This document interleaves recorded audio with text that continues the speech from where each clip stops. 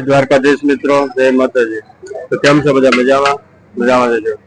તો હવે નાસ્તામાં અત્યારે ગાંઠિયા ભજીયા બધી રીતના બને છે।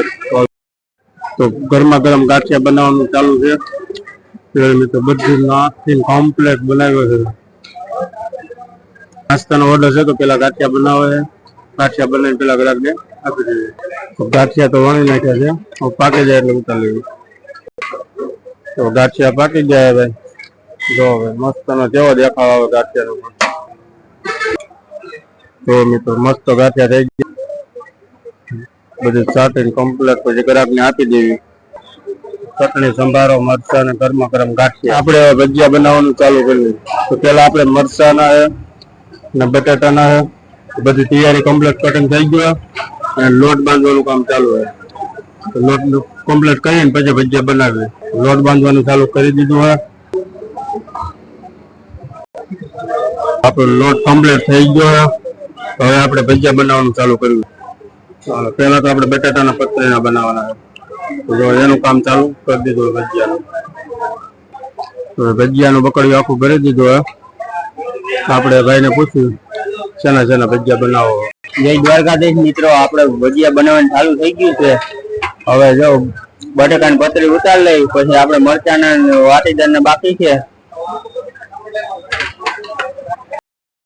હવે મરચાના ભજીયા ચાલુ કરી દીધા। જો મિત્રો મરચાના ભજીયા બને, મરચાના ભજીયા પાકી જાય પછી ઉતારી લેવી। જો દેખાય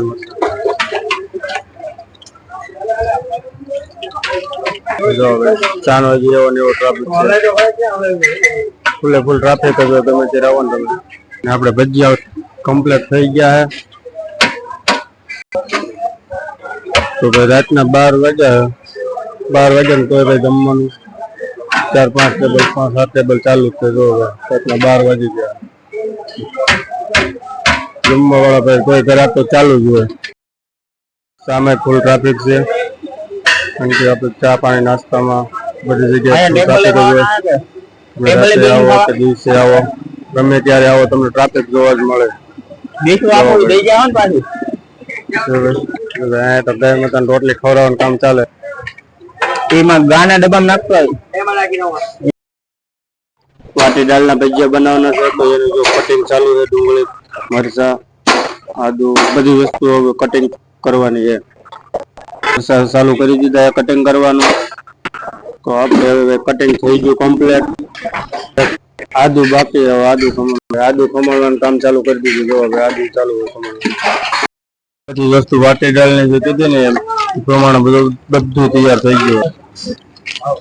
હવે આ બધું મિક્સ કરીને લોટ એનો કમ્પ્લીટ કર્યું। હવે બધા મસાલા ને એવું નાખીને કમ્પ્લીટ થઈ ગયું। હવે આપણે થોડીક વારમાં ભજીયા બનાવવાનું ચાલુ કરી દઈશું। હવે વાટી દાળના ભજીયા ચાલુ કરી દીધા। વાટી દાળના ભજીયામાં ફૂલ તેલ ગરમ રાખવું પડે, એટલે 2 વાર એને બનાવવાનું।